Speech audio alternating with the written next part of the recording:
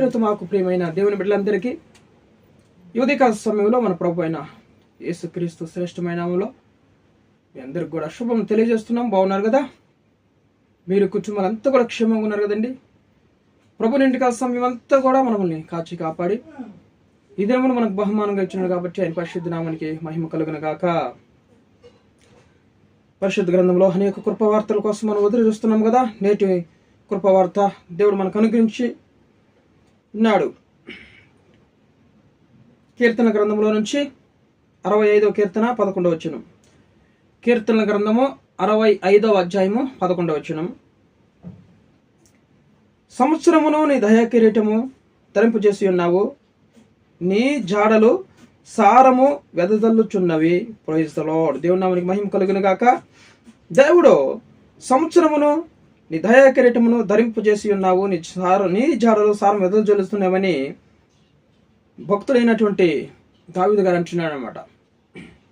దేవుడు ఒక సంవత్సరం అంతా కూడా దేవుడు కాచి కాపాడి మరొక నూతన సంవత్సరాన్ని ఇచ్చినందుకు దేవునికి కృతజ్ఞతాస్తుతులు చెల్లిస్తున్నాడు దావీదు. ఈరోజు మనం వెడ్డింగ్ డే, బర్త్డేస్ జరుపుకుంటున్నాం. మనం అందరం కూడా దేవుడు మనకు నూతన సంవత్సరం అనుగ్రహించినందుకు ఆయనకి దేవునికి మనము కృతజ్ఞతాస్తుతులు చెల్లించే వారంగా ఉండాలన్నమాట. కృతజ్ఞతాస్తుతులు చెల్లించినప్పుడు దేవుడు నిత్యము మనల్ని కాచి కాపాడి మంచి ఆరోగ్యమును ఆయుస్సును ఇచ్చేవాడు దేవుడే కదండి. మనకు ఆరోగ్యం కావాలన్నా సంవత్సరం అంతా కాచి కాపాడి మంచి ఆరోగ్యాన్ని ఇచ్చి ఆయుస్సుని మరి యొక్క సంవత్సరానికి నడిపించేటువంటి గొప్ప దేవుడు మన దేవుడే కదా. కాబట్టి దేవుడు మనల్ని కాచి కాపాడినందుకు ఆయన కృతజ్ఞతాస్తుతులు చెల్లించాలన్నమాట. అందుకే సంవత్సరమును నీ దయా కిరీటమును ధరింపు చేసి ఉన్నావు, నీ జాడలు సారము వెదజల్లుచున్నవి. చూడండి, దేవుడు మనకి ఈరోజు మంచి ఆయుస్సు ఇచ్చేలాగన అనుదినము కూడా తప్పక మనము దేవుని మంచి ఆరోగ్యమును ఆయుస్సును అడగాలి. మనం ఆయుస్సులు ఇచ్చే దేవుడు మనకి ఆయన. కాబట్టి ఇశ్రాయేల్ దేశానికి మనం వెళ్ళి చూసినట్లయితే గెత్సెమనే తోటలో సుమారు 200 సంవత్సరాలు ఆ ఒలివల తోటలో ఆ ఒలివల చెట్లు 200 సంవత్సరాల క్రితము అవి ఉన్నట్లు మనం చూస్తున్నాం అనమాట. ఆ తోటలో మనకు అవ్వబడతాయి. 200 సంవత్సరాలు మరి పెరిగి పెద్దగా ఉన్నటువంటి చెట్లన్నీ కూడా ఉంటాయంట గెత్సెమనే తోటలో, ఒలివల తోటలో. కాబట్టి దేవుడు ఈరోజు మనకి వృక్షాయుస్సును మనకి ఇస్తానంటున్నాడు అనమాట. వృక్షాయుస్సు ఆ చెట్లు మరి 200 సంవత్సరాలు బ్రతికినటువంటి చెట్లు, 200, 150 అలాగా పెరిగినటువంటి చెట్లు అనమాట. ఇశ్రాయేల్ దేశానికి వెళ్ళినప్పుడు ఆ గెత్సెమనే తోటలో మనం చూస్తే మనకు అన్నీ కూడా అర్థమవుతాయి అనమాట. అక్కడ కొంతమంది చెప్తారనమాట విచారించినప్పుడు 200 సంవత్సరాల నుంచి ఆ చెట్లు ఉన్నట్లు, 150 సంవత్సరాల నుంచి మనము వింటున్నాం అనమాట. కాబట్టి దేవుడు అవి ఎంతో ఎత్తుగా ఎదిగి ఉండడము మనము చూస్తూ ఉన్నమాట. కాబట్టి మనము ఈ లోకము విడిచిపెట్టినప్పుడు పరలోకము వెళ్ళడానికి దేవుడు మనకి కృప చూపిస్తాడనమాట. అనుదినము తప్పక మనం దేవుణ్ణి ప్రార్థించే వారు ఉండాలి. ప్రభా ఈ రోజంతా కాచి కాపాడినందుకు మీకు కృతజ్ఞతాస్తుతులు చెల్లించి అని దేవునికి మనము థ్యాంక్స్ చెప్తూ ఉండాలి, కృతజ్ఞతాస్తుతులు చెల్లిస్తూ ఉండాలన్నమాట. కాబట్టి ఎఫెసీయులకు రాసినటువంటి పత్రిక 5:15 కూడా సమయాన్ని పోనీక మీరు సద్వినియోగం చేసుకోవాలని చెప్తుంది అనమాట. దినములు చెడ్డవు కనుక మీరు సమయాన్ని పోనీక సద్వినియోగం చేసుకోవాలని సెలవిస్తుంది అనమాట. కాబట్టి దేవుడు ఇచ్చినటువంటి మంచి సమయాన్ని ఎంతో మంది వ్యర్థం చేస్తూ ఉంటారనమాట.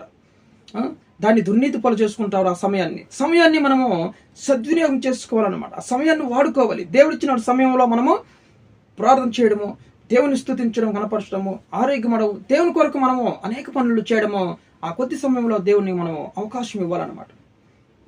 దేవుడిచ్చే సమయాన్ని మనం వ్యర్థం చేసుకోకూడదు. అనుజనం చేసుకున్నట్లు ఎంతోమంది ఆ సమయాన్ని గుర్తిరగలేక, ఆ విలువైన సమయాన్ని తెలియక వ్యర్థం చేసుకుంటూ ఉంటారు కదా. అనేక మంది మన దేవుని తట్టు తిరిగి మరి దేవుని తట్టు మనము తిరగాలన్నమాట. దేవుని తట్టు తిరిగితే దేవుడు మనకి మంచి ఆరోగ్యమును ఆయుస్సునిచ్చి ఆకాశ జ్యోతుల వల్ల మనం వెలిగిస్తాడనమాట. ఈ లోకంలో మనము ఆకాశ జ్యోతుల వలె వెలుగుతూ మనం వెలిగించబడాలి, ఇతరుని మనం వెలిగించే వారంగా మనం ఉండాలన్నమాట. అందుకే దేవుడు మనకి ఆయుస్సుని ఆరోగ్యాన్ని ఇస్తాడనమాట దేవుడు. ఆయుస్సును మనం అడిగిస్తే దేవుడు ఆయుస్సును పొడిగిస్తాడు, కానీ ఆయుస్సును మనం దుర్వినియోగం చేసుకోకూడదు.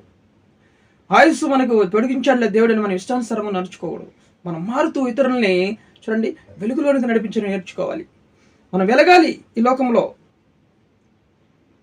మనం వెలగాలి, ఇతరులను వెలిగించే వారంగా మనము ఉండాలని చెప్తుంది అనమాట దేవుని లేఖనాలు. కాబట్టి దేవుడు మనము సంవత్సరం అంతా కూడా కాచి కాపాడి మరి యొక్క నూతన సంవత్సరాన్ని ఇచ్చినందుకు దేవునికి మనం కృతజ్ఞతలు చెప్పాలి కదండి, థ్యాంక్స్ చెప్పాలి. మంచి ఆరోగ్యము, ఎంతోమంది ఆరోగ్యం లేక అనారోగ్య సమస్యల్లో ఉంటారు కదా, దేవుడు మనల్ని మంచి ఆరోగ్యం ఇచ్చి కాపాడినందుకు అనుదినము తప్పక దేవుణ్ణి స్తుతించే వారముగా మనం ఉండాలన్నమాట. ఆరోగ్యము ఆయుస్సునిచ్చేది ఎవరు చెప్పండి? ప్రభు అయిన దేవుడు అనమాట. ఆయనే ఆయుస్సుని పెంచాలన్నా, ఆరోగ్యం ఇవ్వాలన్నా కానీ, క్షేమంగా ఉంచాలన్నా కానీ ఆయన కృప ఎంతో అవసరం అనమాట. ఆయన దయ మన పైన ఉండాలన్నమాట. అందుకే ఆయన జాడులో సారము వెదలజల్లుతుంటాయి అనమాట. ఆయన జాడులు సంవత్సరమును నీ దయా కిరీటమును ధరింపు చేసి ఉన్నావు అంటున్నాడు మన దావీదు గారు. కాబట్టి ఈ లోకంలో దయా కిరీటము, అనేక కిరీటాలు మన పరిశుద్ధ గ్రంథంలో మనం చూస్తామన్నమాట. జీవ కిరీటము, అక్షయ కిరీటము, వారవారిని కిరీటము, నీతి కిరీటము, ఆఖరిగా దయా కిరీటము. ఈ కిరీటాలు దేవుడు మనకి ధరింపు చేస్తానంటున్నాడు అనమాట. ఇప్పుడు దేవుని మనం వెతికినప్పుడు, దేవుని మనం స్తుతించే వారం ఉంటే దయా కిరీటమును దేవుడు మనకు ధరింపు చేస్తాడనమాట. వాడవారిని కిరీటము, ఎప్పుడు మనం వాడిపోయే మరి జీవితాలు కాకుండా వాడవారిని కిరీటం మనకి ఇస్తాడనమాట దేవుడు. నీతి అనే కిరీటము, జీవ కిరీటము, అక్షయ కిరీటము, క్షయమైపోయే కిరీటము కదా, అక్షయ కిరీటాన్ని దేవుడు నిరంతరం నిలిచి ఉండే కిరీటాన్ని, మంచి జీవితాన్ని దేవుడు మనకి అనుగ్రహిస్తానంటున్నాడు. ఉదయకాల సమయంలో మంచి వాగ్దానం ఇచ్చినందుకు దేవునికి స్తోత్రం. ఆయుస్సును ఆరోగ్యం ఇవ్వాలని కానీ దేవునికి మనము ఖచ్చితంగా దేవుణ్ణి మనం ప్రార్థించే వారం ఉండాలన్నమాట. మరి సంవత్సరంలోనికి దేవుడు నడిపించినందుకు దేవునికి చెప్పాలన్నమాట. ఆయన దయా కృప మనకి ఎంతో అవసరమైనది. ఆయన ఎప్పుడైతే మనం దేవుణ్ణి అడుగుతామో దేవుడు మనకి మంచి ఆయుస్సు పొడిగిస్తాడంట. మంచి ఆయుస్సు, వృక్షాయుస్సు. చెట్లు ఎలాగైతే ఎదుగుతాయో మరి సంవత్సరాలు 200 సంవత్సరాలు పెరిగినటువంటి చెట్లు కూడా ఉన్నాయి. అలాంటి వృక్షాయుస్సును, మంచి ఆరోగ్యాన్ని దేవుడు మనకి ఇస్తారని సెలవిస్తున్నాడు. దేవుని నామానికి మహిమ కలుగును గాక. మరి అనుక్షణం కూడా దేవుణ్ణి మనము అడుగుతూ ఉండాలి, స్తుతిస్తూ ఉండాలన్నమాట. దేవుడు చేసిన మేలును బట్టి ఆయన స్తుతించే వారం ఉంటే దేవుడు మనకి ఆ దయా కిరీటాన్ని మరి ఒక సంవత్సరాన్ని మనకు అనుగ్రహిస్తాడు దేవుడు. వీడియో చూస్తున్న మీరందరూ కూడా సబ్స్క్రైబ్ చేయండి, లైక్ చేయండి, ఇతరులకు షేర్ చేయండి. ఈ మాటలు ఇతరులకి ఖచ్చితంగా షేర్ చేయండి. దేవుడు మన యొక్క మరి దయా కిరీటాన్ని దేవుడు మనకి మన కుటుంబాల్లో, మన కుటుంబస్తులు అందరికీ అనుగ్రహించును గాక. ప్రార్థన చేసుకుందాం. ప్రేమ కలిగినటువంటి మా ప్రియ పరలోకపు తండ్రి, ఘనమైన నామని బట్టి మీ స్తుతిస్తున్నాం. ఉదయకాల సమయంలో ఆయన సంవత్సరమును నీ దయా కిరీటమును మాకు ధరింపజేసి ఉన్నాం. నీ యొక్క జాడలు సారం వెదజల్లుతున్నాయని లేఖనం చదువుస్తున్నాయి ప్రభా. మా పట్ల అయా మీ జాడలు సారాన్ని వెదజల్లుతున్నాయి. మాకు జీవమును నాయన అక్షయ కిరీటాన్ని, దయా కిరీటాన్ని, నీతి కిరీటాన్ని, వాడవారిని కిరీటాన్ని ఇచ్చే దేవుడు అంటున్నారు ప్రభా. వృక్షాయుష్యాన్ని మాకు పొడిగిస్తానని వాగ్దానం చేసిన దేవుడు తండ్రి. మరి నాయనా మరి గచ్చమని తోటలో ఆయన ప్రభా యెరూషలేమును వెళ్ళినప్పుడు నిజముగా నాయన 200 సంవత్సరాలు ఎత్తుగా పెరిగి ఎంతో ఎత్తు పెరిగినటువంటి చెట్లు మేము చూస్తున్నాం ప్రభా. అలాంటి ఆయుస్సుని, వృక్షాయుస్సుని మాకు ఇస్తానని వాగ్దానం చేసిన గొప్ప దేవుడు తండ్రి. ఎంతో మంది ఆయన చిన్న వయసులో ఈ లోకం విడిచిపెట్టి వెళ్ళిపోతున్నారు, మరణిస్తున్నారు ప్రభా.